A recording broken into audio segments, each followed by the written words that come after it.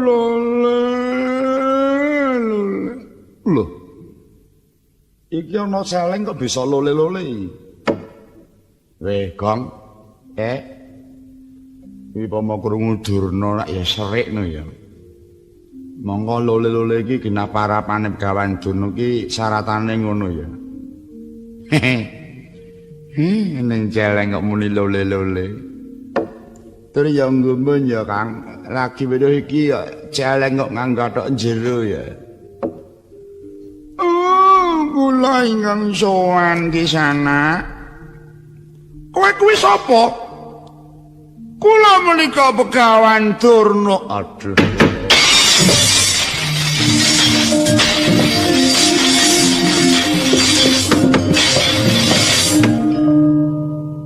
Rama penemban boten nyono paduka kedadosan wujud mekaten. Anakku Janaka Nger, kepiye bapakmu iki Nger? Aku penganti nemu penandang kaya ngene dadi celeng kaya ngene Nger. Rama penemban kados pundi Rama?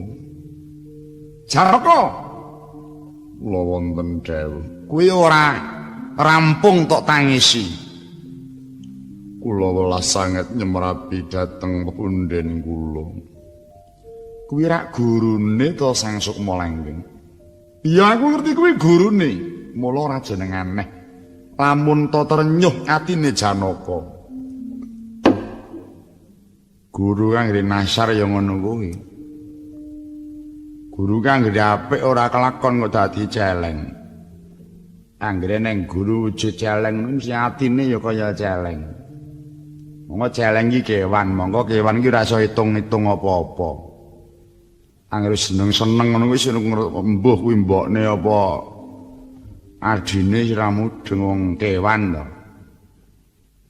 Kaya tekan kono no, ayo nyang ndi parane. Mesti nangis margo mau kepethuk karo celeng wedok. Oh, Petro, kuwi aja. Gawe nelangsane ngatiku ya aku lagi susah ya, Tru. Iya kuwi. Anggere nang guru tumindake nasar, monggo guru ki digugu ditiru. Guru kuwi pahlawan. Nyatane minterake karo anak. Ini nek guru nasar ya kaya kuwi. Oh, senengane nglamar wong wedok sing jek perawan. Dalingane Ragong, putri Pancala. Wis Petro. Iki lakone dudu kowe iki. Anu kok ndawakaken wekdal. Rupamu iki jek dawa lakone iki. Nggih. Ya Gong, dandan Gong, wis aene Gong. Ya. Kok nek nganti ra mangkat kelangan karo tengah ibu. Ya. Mit kule nganggo siapa, Mas? Jas ki barang ya ilang. Terus nggawa jase wegah. Jase sapa-sapa dienggo. Ra ngekeki isih, Pak. Iki nganti gilap. Kowe nek ndelok kathokku jero iki coba. Ora nggo salin to, ora. Anggere reget tak isis. Tanggo neh, tangi turu tak isis neh. Menika kados pundi? Kula nyuwun pepajar Raden Janaka. Kula wonten dawuh. Bisa ngurwat ora antene malaning gurumu iki. Kula babar pisan nyuwun tulung kaliyan jengandika Raden ngepareng wong sadani pepundhen kula. Begawan Durna menengo bakal tak sampurnake nirmalamu. Tansah marapamoring suksma sinuk maya winah nyaweng sepi sinimpen telenging kalpu pambukaning warana Tarlen saking liyep layaping ngaluyut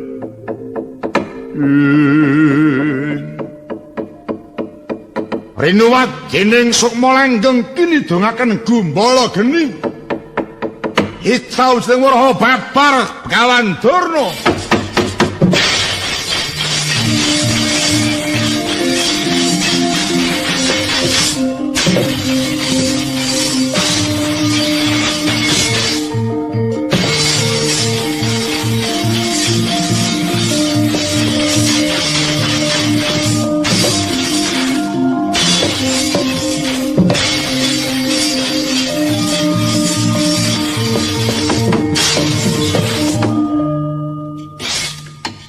ngaturaken penuwuning tanpa upami kisana sampun majaraken dhateng pepeteng kula.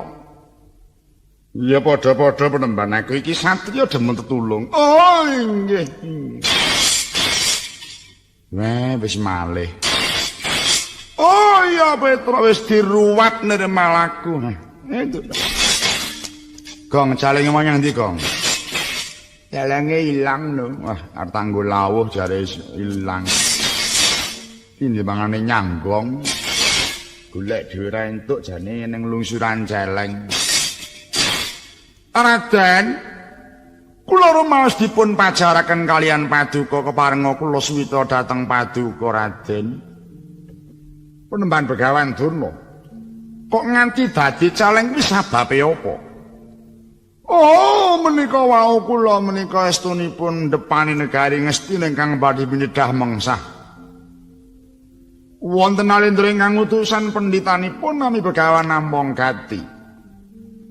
Ing mriku lajeng kula gadah patembaya menawi Ampong Gati menika alit nyameni ageng saged ngungkuli dhateng kawasisan kula. Kenging estunipun depani dhateng kadangipun Ampong Gati. Kelampan makaten. Kula taken mipertitis pawangsulanipun. Temah kula dipun sotaken babar dados waraha menika wau.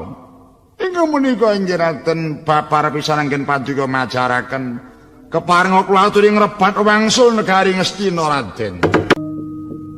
Kakang Peremban Ampong Gati. Apa Yayi Prabu?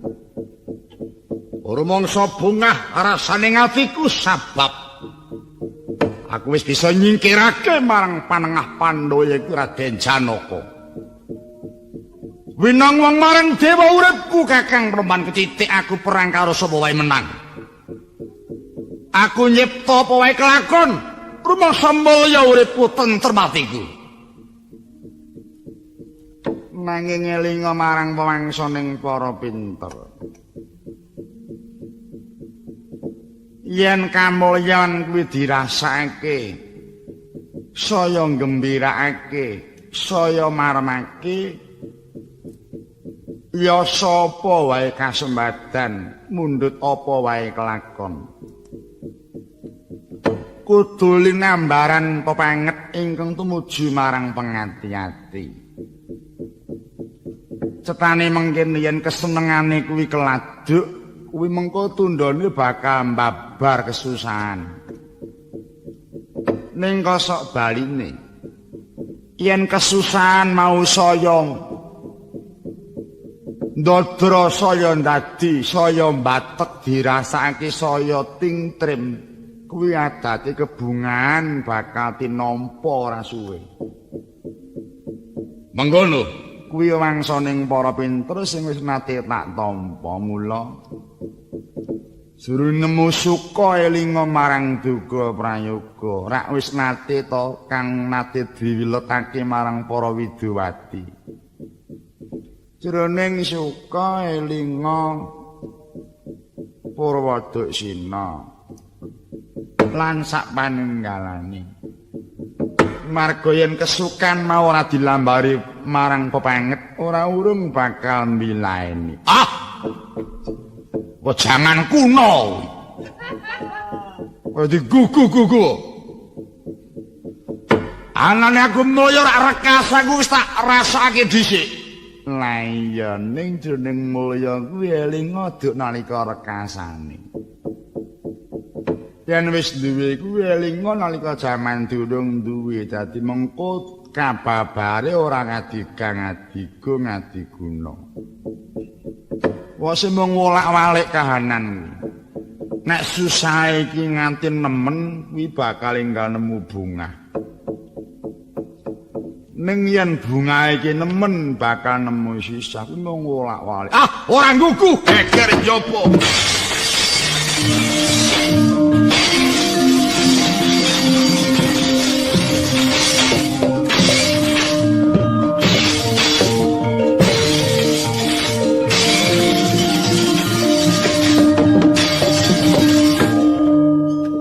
Yai Darya Maya suwan mring ngarsaning ingsun. Ih, koko Prabu paring kula atur wuning. Ana apa? Menika geger jawining kedaton sabab wonten parang muka ingkang ngamuk punggung nyembari paduka sinuwun. Wah! Ngempeng loro nggih pati apa wis gemenjelang sudukan nantang Prabu Ninjamaya. Metu njobol kali kantiku.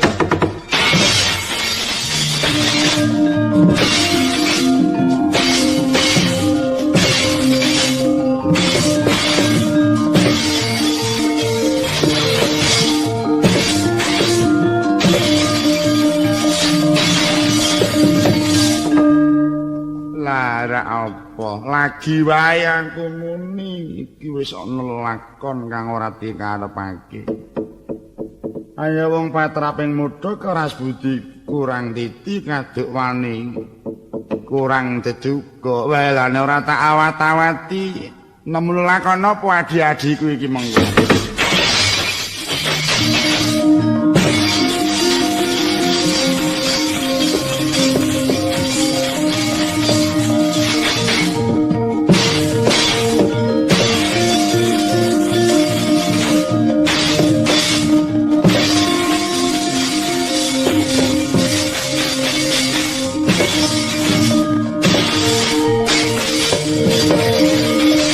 Abus keparat iki sapa? Aku Sukma Langgeng, kowe sapa? Raden Lingyamaya. Arep ketemu karo sing jenenge Prabu Ninjamaya rupane kaya ngapa wani bedah negara Ngastina. Apa kowe sarayane wong kuro dasar kapara nyata? Aja ndadak ngrayang goncane kadangku sepuh aku wae mati dening tanganku kowe.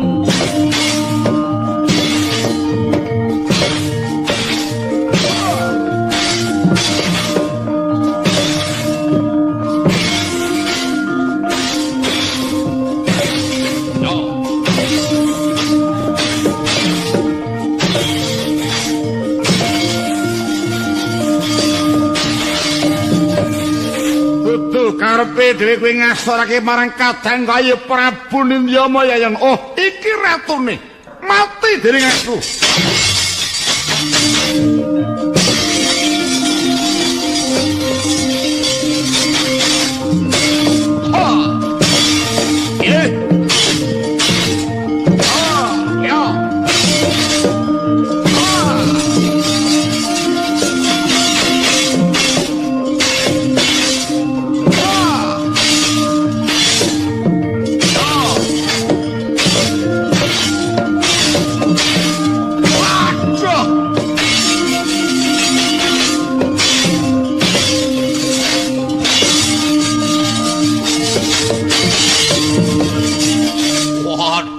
Waduh, wujude cilik ning Sekti Mandraguna.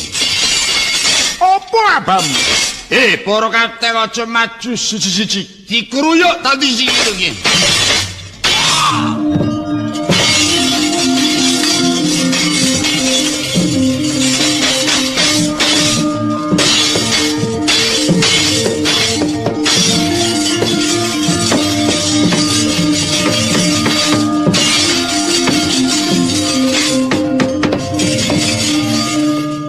Sukma langgeng kinaraya marang Prabu Nindyamaya, Lingyamaya, Cahyamaya, Daryamaya. Pangraya ing kadang catur marang Sukma langgeng pesemone kaya dene curiga sinandhangan warangka. Ing mangke kedayan marang tentreming jagat saisine. Sirnane ngangkara ing mangke ambarengi marang ilanging Sukma langgeng marang Nalendra sakadhangi pisan. Ical wujuding Sukma langgeng lan ratu patih balah kadangipun kekalih babar sang Werkodara.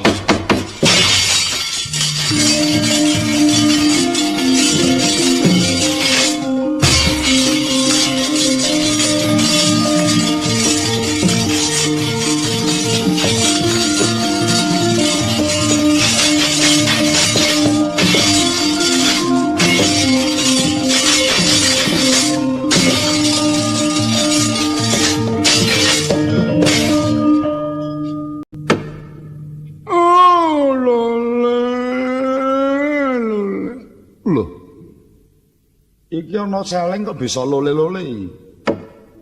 Weh, Gong. Iki pomo krungu Durna nak ya serikno ya. Monggo lole-lole iki ginaparapane Begawan Durna iki syaratane ngono ya. Ning celeng kok muni lole-lole. Tur ya nggumun ya